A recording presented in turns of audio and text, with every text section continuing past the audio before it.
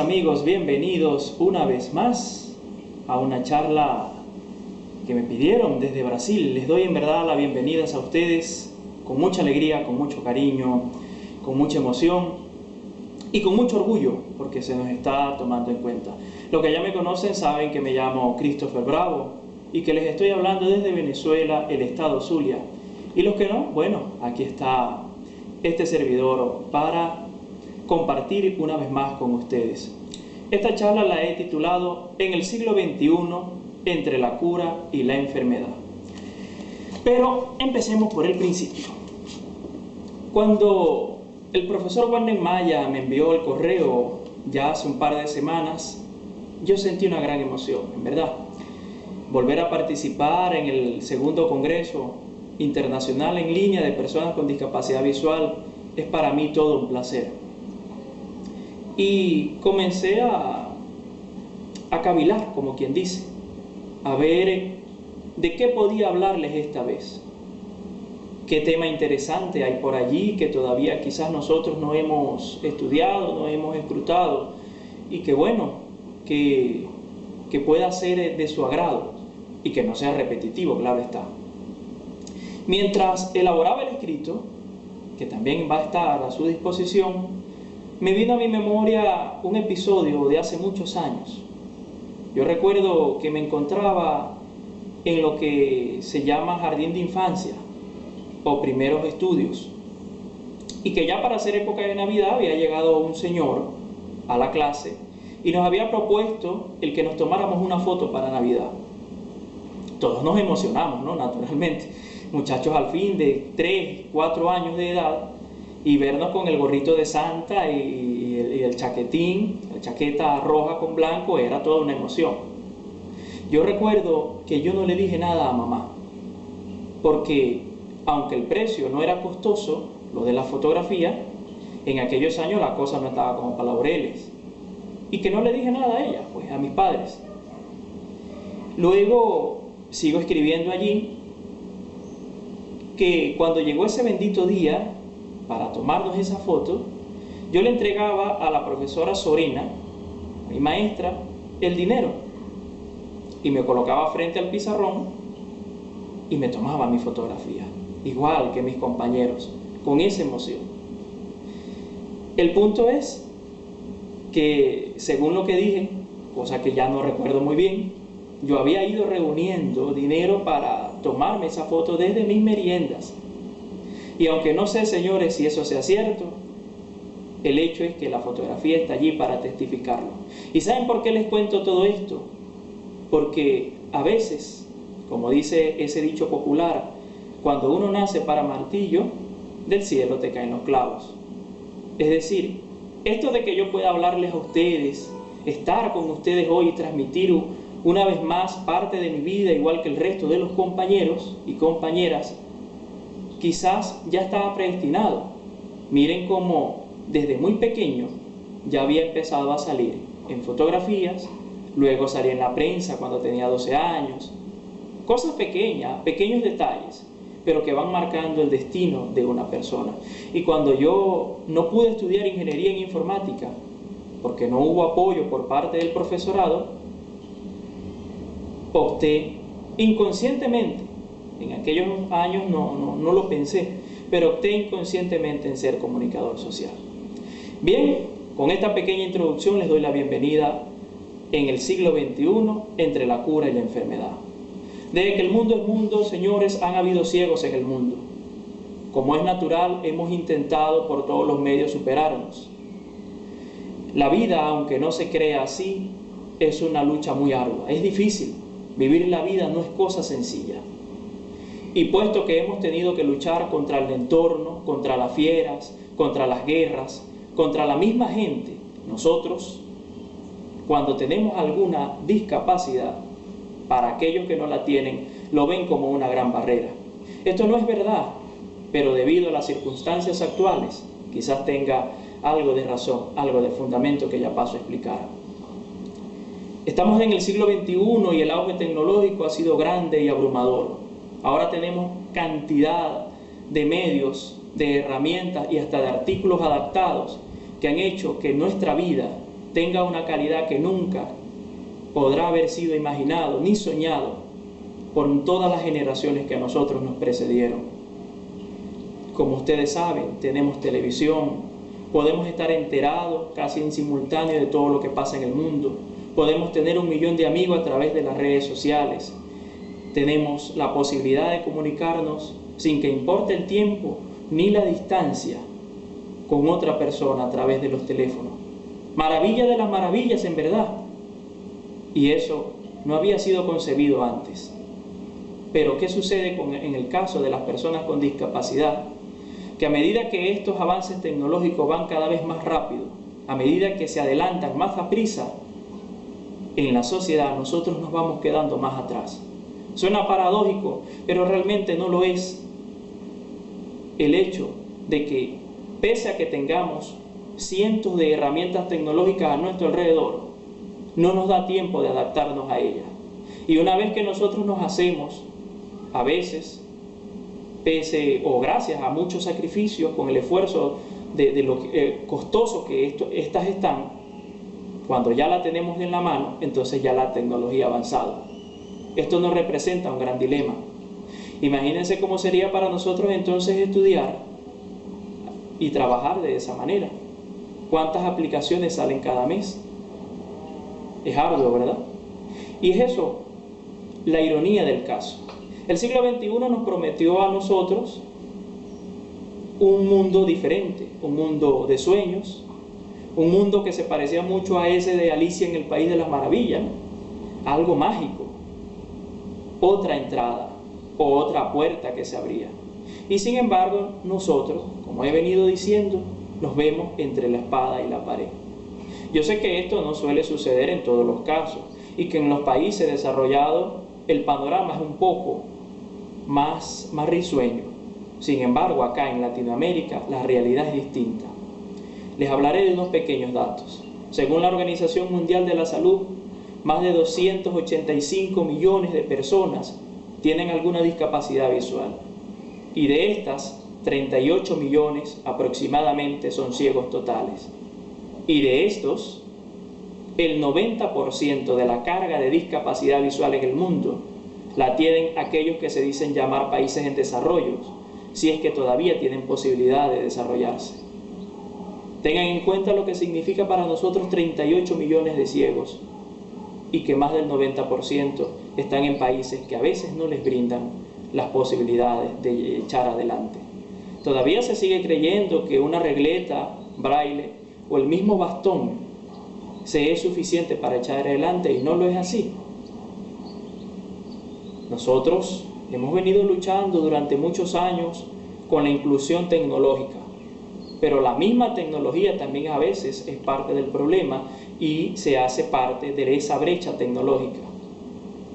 Ahora se habla de gráficos 3D, se habla también de los hologramas computarizados. La mayoría de las tecnologías son táctiles, los tenemos en los celulares, en las tablets y hasta en las mismas computadoras portátiles. ¿A dónde queda el invidente, por tanto? Haciendo gestos, teniendo programas y lectores de pantalla que son la solución, pero que no terminan de paliar el problema. Es allí donde nosotros tenemos que replantearnos qué vamos a hacer. La tecnología sí puede ser la salida, sí y solo sí. Deja de pensar en la gente como un mercado y empieza realmente a dar soluciones. Y allí vuelvo a poner el dedo en la llaga. A nosotros se nos ve como un mercado pequeño que no tiene a veces la capacidad de poder costear alta tecnología. ¿Cuánto representa para muchos un iPhone 7, un Samsung 7 o Galaxy 7 que es uno de sus modelos?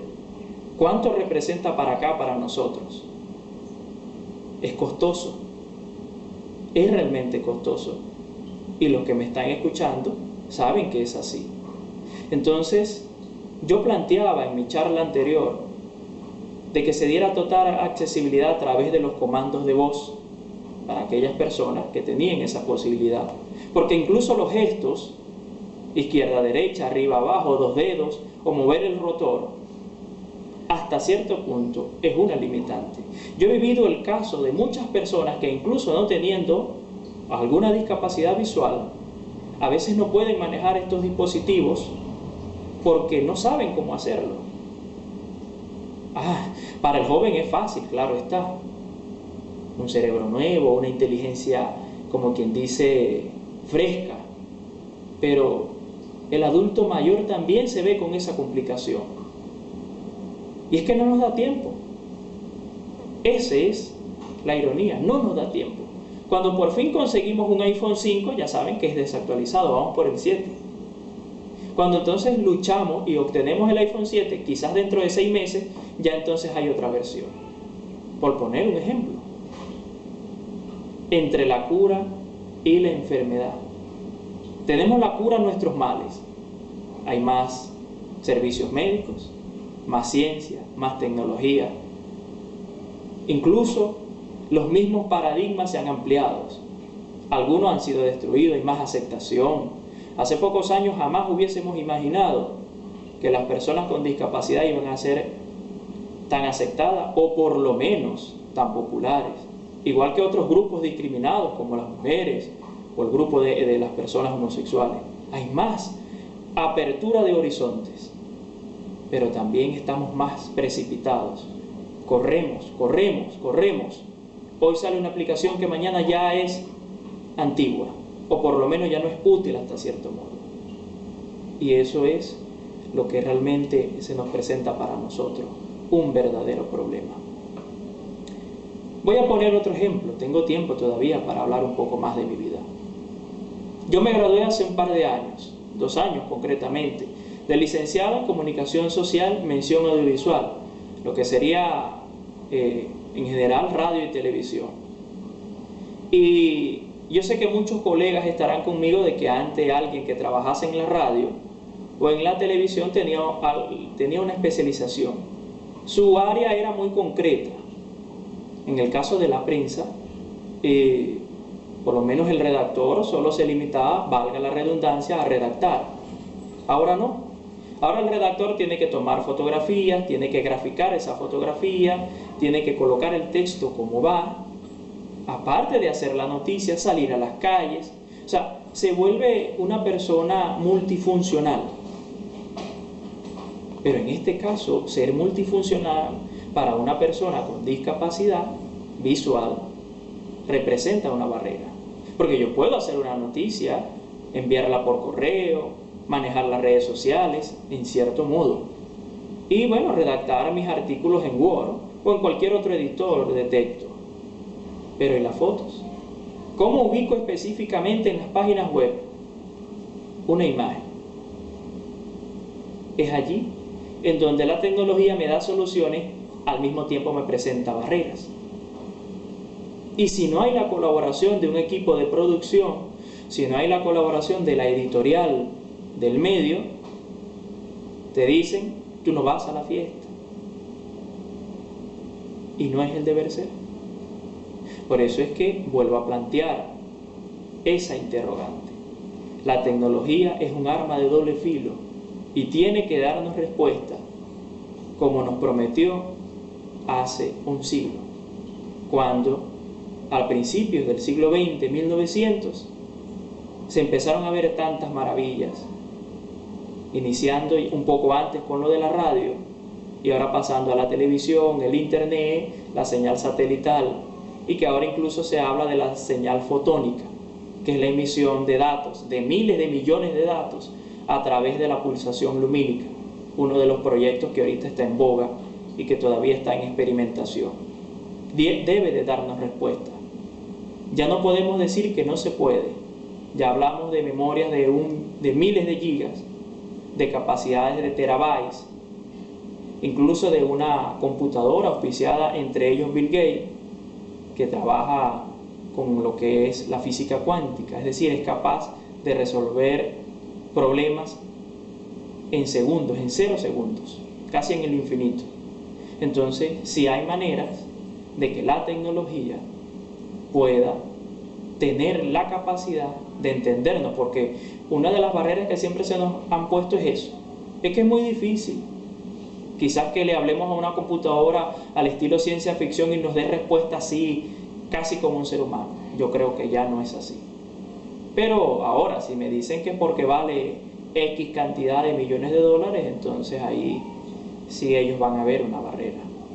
Vamos a seguir entonces nosotros estando un paso atrás, siempre esperando que otros se aburran, en cierto modo, de sus cosas y que entonces nos las vendan a nosotros.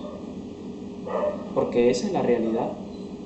Es triste, la verdad es algo dura de decir y a veces algo más dura de escuchar, pero nuestros gobernantes, algunos de ellos, no todos, claro está, y nuestras sociedades, se les vende ya cosas de segunda mano, o primero piensan en ello, en lo productivo, que no está de más, pero que, bueno, para nosotros poder ser un elemento productivo para la sociedad, se nos debe dar instrucción y se nos debe dar promover que tengamos las herramientas para producir. No es que no queramos, es que a veces no tenemos los medios. ¿Cómo me compro yo una computadora que equivale a 30 veces el salario mínimo? ¿Cómo me compro un iPhone, un Android, un Samsung, que equivale a unas 40, 50 veces lo que acá se puede percibir en esta mi hermosa pero a la vez sufrida tierra? Es la realidad. Yo acá les estoy grabando a ustedes de la manera más, digamos, coloquial posible, más hogareña, porque de hecho estoy desde mi casa, como ven, sentado en una silla que a veces utilizo para leer de manera muy deportiva, pero lo hago con esa intención, porque no podría haber cubierto la grabación especializada y de alto nivel en un estudio. No hay las maneras. Y quizás algunos entonces dirán, míralo a él, un especialista en la comunicación, y al mismo tiempo entonces no hay una grabación de calidad. Pero es lo que puedo hacer, con todo el cariño del mundo y con toda la alegría en verdad, pero es lo que tengo para ofrecerle. Y eso es lo que a veces la gente no ve. Imagínense ustedes un hombre de la época primitiva, con los ojos rojos y los dientes como una fiera, y verdad, y una masa en la mano, bien agresivo así, mirando terriblemente, a punto de atacarle. Una visión horrorosa, ¿verdad? Y uno dirá, uy, qué cosa tan fea. Pero ahora expandan su horizonte e imagínense que detrás de ese personaje tan grotesco hay una madre con un niño, y él lo que está mirando es una fiera a punto de atacar. ¿Ven cómo su percepción de algo desagradable cambia a una comprensión? Es lo que está defendiendo a su familia. Así suele suceder a veces. A veces se nos tiene compasión o hasta repudio, porque solo nos ven la superficie y no ven lo que está más allá. Lo mismo pasa con este siglo. Nos habla de maravillas y vemos a todo momento una lluvia, una luz de invenciones nuevas, de cosas completamente fantásticas, pero no vemos a quienes estamos dejando en la cuneta, como decimos, al lado, varado en el camino, porque no todos accedemos a eso. Entonces es un poco irónico y hasta frustrante, créanme, que uno ve que los demás sí pueden hacer esas cosas, pero uno no las tiene al alcance. Que uno ve que los demás te hablan de fotos, o te hablan de videos, te hablan de ediciones, te hablan de repente de aplicaciones. No, si yo puedo entrar en el banco y de lo más fácil, o puedo ir al cajero. Y no, es sencillo sacar dinero. O mira, tú has visto por lo menos este emoticon, los gráficos, que por cierto no son accesibles para nosotros en algunos aparatos. Yo he estado en conversaciones en donde las personas me envían hola, y sale el emoticon, y tengo que decirle, mira, disculpa, soy una persona ciega, ¿me puedes decir qué significa?